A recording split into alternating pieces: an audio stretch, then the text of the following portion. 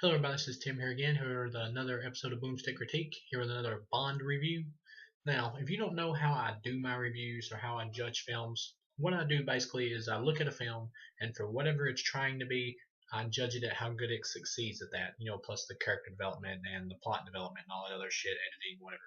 So basically with Bond, these are spy action, fantasies, pretty much. Okay, I loved Skyfall. Didn't care too much for Quantum of Solace. Wasn't horrible though. I loved Casino Royale. Skyfall is my favorite Bond film. So we get to Spectre. Now Spectre was a bad guy organization in the old movies. So we're bringing him back here. Blofeld, played by Christoph Waltz, is Bond's biggest enemy. He's like the Joker to Batman, or Professor Moriarty to Sherlock Holmes. So we're bringing him in here. Christoph Waltz is a phenomenal actor. And he's even got Batista as his bodyguard. Now, I've remained calm. This film sucked donkey balls. It sucked so bad. Unbelievably sucked. I cannot believe how bad this film sucked. It's like they weren't even trying. I don't understand how we go from Skyfall, which is an amazing Bond film, a wonderful film, and then we go to this piece of shit. I judge my films from 1 to 4. Anything 0, of course, being shit. 1 being, shit. 2 being okay. 3 being good. 4 being great. This is a half a star. This is shit. This gets a half a star out of 4. Fuck this movie up its Bond ass. Daniel Craig is half-assing it here. Sometimes he's okay to good, but for 90% of the film, he just looks like he does not want to be here. He really doesn't. He looks like he's just fucking sleepwalking through most of this. Batista's cool. He fights Bond on a train in a great fight. That's the best part of the whole freaking movie. But he gets flung out of the train and he's dead. He does like 2 little other things before that, and he gives off a cool badass vibe. But he only gets 1 big fight with Bond, and he's dead. It's over.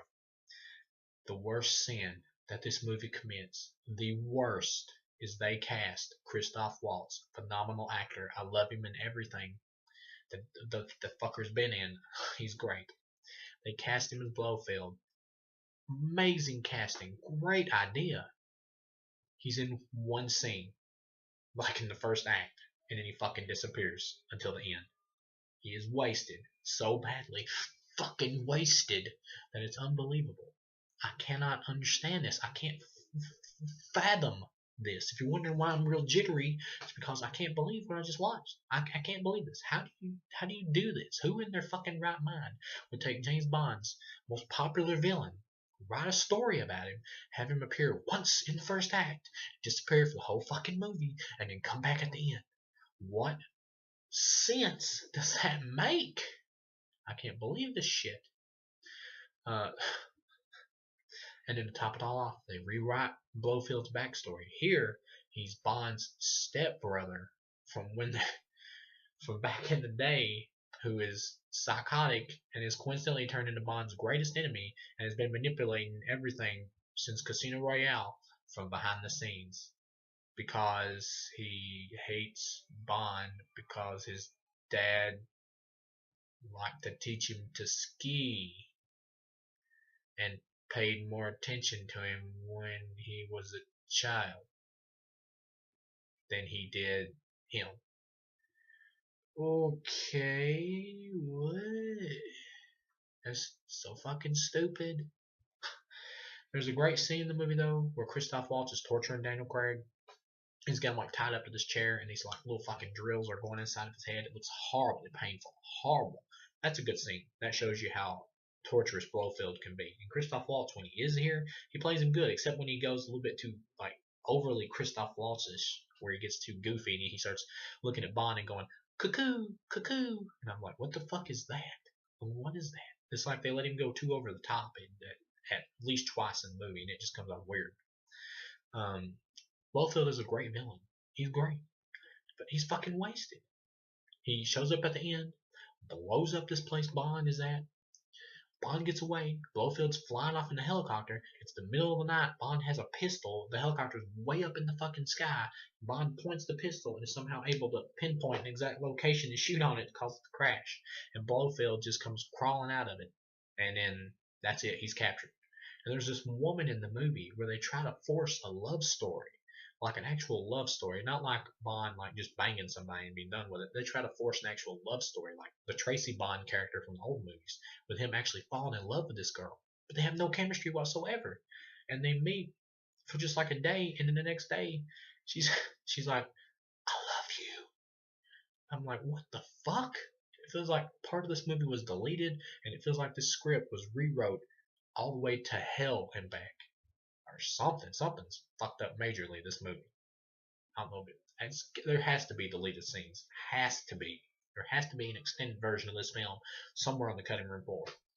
But she falls in love with him in like a day. It's the dumbest shit I've ever seen. Um, and because of her rubbing off on Bond about she doesn't like killing or whatever that she tells Bond about for like a couple of minutes, at the end of the movie when he has a chance to kill Blofeld and she's standing there, he's like, I'm out of bullets, I got better things to do than kill you, Christoph Waltz. And I'm like, you expect me to believe that? You expect me to believe that he's actually in love with this woman and that he's not going to kill you when when you've organized, I mean, you've manipulated all of the events of the other movies for everybody he cares about to be murdered, including his own stepdad who he loved. He's not going to kill you because he loves this woman so much. The only way that would be believable if we buy into the love story, and we don't. It happens way too quick, and they have no chemistry together, these actors don't. And the action scenes in this, for the most part, other than the fight with Batista, are just so like thrown in there. There's no heart into them. There's nothing here.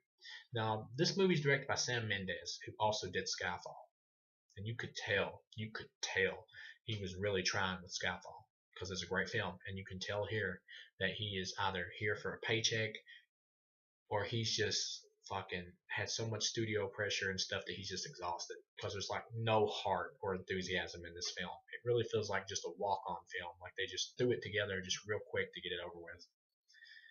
I don't understand this. I have no idea how the quality can be so good at Skyfall and just drop so damn far with the next film. It's like going from amazing to pure shit. It'd be like if you made The Dark Knight and in your next movie was fucking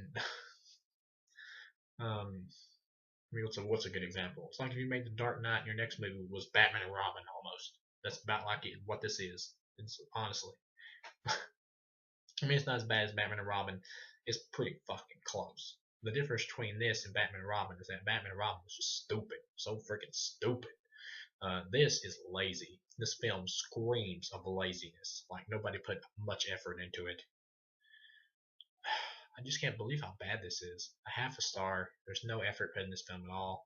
I'll have one final Bond review after this with the film Thunderball, which is actually not even an official Bond movie, but that'll be the final Bond review. I thought this would be it, but I decided to throw in the unofficial Bond movie. You know what the hell? See, I've never seen it.